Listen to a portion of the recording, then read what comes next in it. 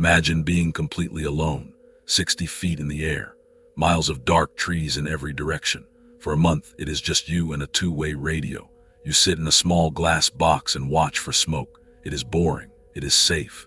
But what do you do when you hear heavy boots outside your window and you realize the lock on the floor is still completely secure? This is the reality of one fire watcher in 1964. The following incident took place in a remote, unnamed national forest in the Pacific Northwest. It involves complete isolation, an unexplained breach of security, and a psychological break that left no physical evidence behind. The worker involved resigned immediately after this event and never spoke of it again. It was the summer of 1964. I needed money for college, and the Forest Service was hiring fire lookouts. The job was simple.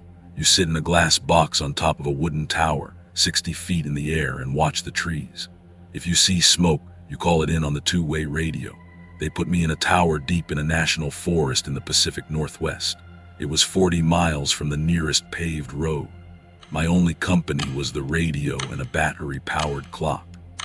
For the first 3 weeks, it was perfectly normal. I woke up, made coffee, and stared at the miles of green pine trees stretching out in every direction. I checked in with Central Dispatch twice a day. The weather was clear. Nothing happened. It was boring, exactly like they said it would be. Then the 4th week started. The radio check-ins began to feel different. Sometimes when Central Dispatch answered, there was a strange delay. I would say my call sign and there would be 10 seconds of dead air before they responded. I thought it was just the equipment. Old radios acted up in the mountains all the time. On a Tuesday night, I was reading a book by the light of a small lantern. The wind was blowing against the glass. I looked up from my page. Something caught my eye down near the tree line. It was just past the clearing, right at the edge of the dark woods. I picked up my binoculars. The lens was dirty. I wiped it with my shirt and looked again. There was no smoke, no fire, just a break in the branches. I put the binoculars down. I told myself it was a deer or a bear. Animals move through the forest all the time. That was their home. I went back to my chair, turned off the lantern, and tried to sleep.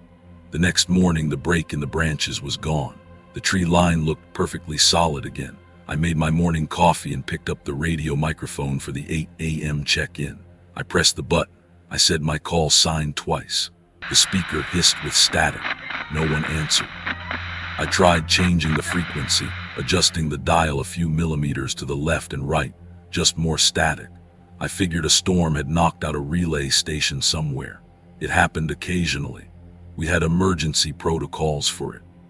If the radio was down for more than 48 hours, they would send a ranger up the trail to check on me. All I had to do was wait.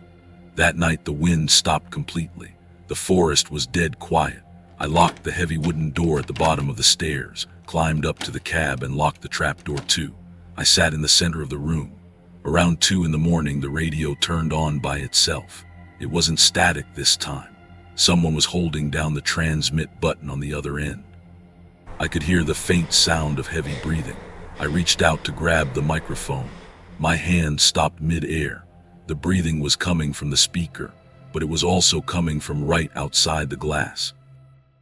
I sat perfectly still in the chair. My hands wouldn't stop shaking.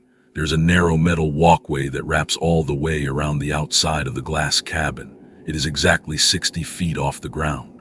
The only way up is a steep, exposed flight of wooden stairs. If someone was actually out there, they had to climb those stairs in the pitch black without making a single sound. The breathing stopped. The red light on the radio clicked off. The speaker went dead silent. I sat there in the dark for what felt like hours. I watched the battery-powered clock on the desk. It was 3:15 in the morning. I tried to convince myself it was just wind hitting the cold glass. The radio was probably only picking up strange interference from a distant town. Being isolated in the deep woods for a month does strange things to a person's head.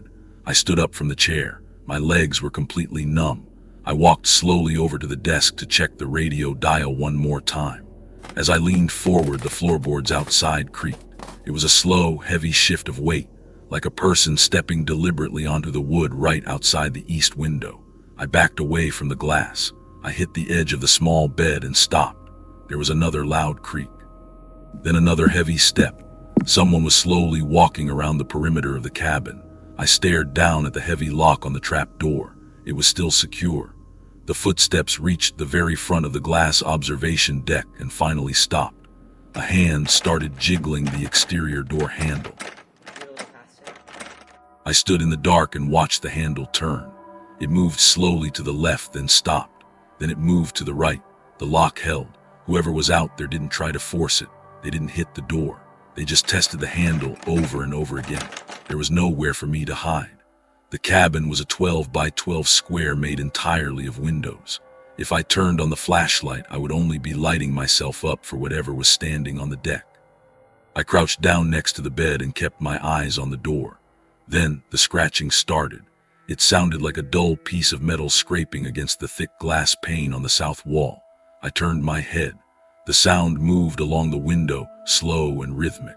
I couldn't see anything through the fog and the dirty glass. Just the scratching noise dragging along the perimeter. It moved from the south wall to the west wall and finally to the north wall directly behind my bed. I held my breath. The scratching stopped. I waited for the footsteps to return to the stairs. I listened for the wood to creak as they climbed back down into the forest. There was nothing. I stayed crouched on the floor until the sun finally came up.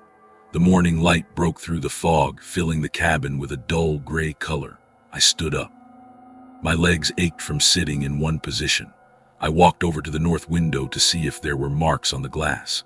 There were no scratches on the outside of the window. The long, thin marks were on the inside.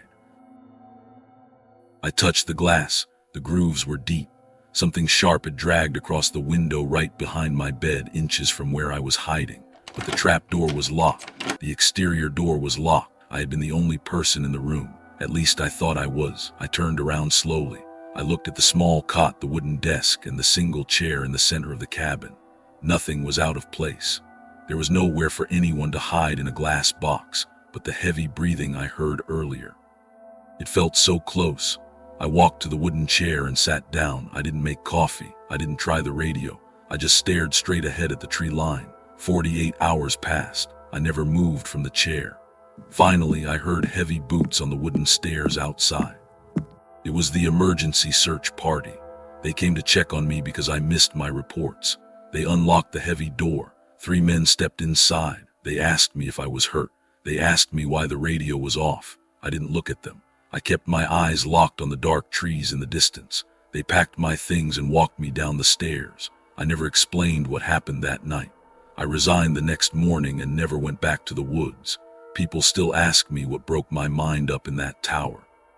They wonder how someone could shut down completely without a single physical scratch. I never answer them. I just try to forget the reflection I saw in the glass right before the sun came up. If you thought being trapped 60 feet in the air was bad, wait until you hear what happened to a security guard trapped in an abandoned basement. Click the video on your screen right now. You might want to check your locks first.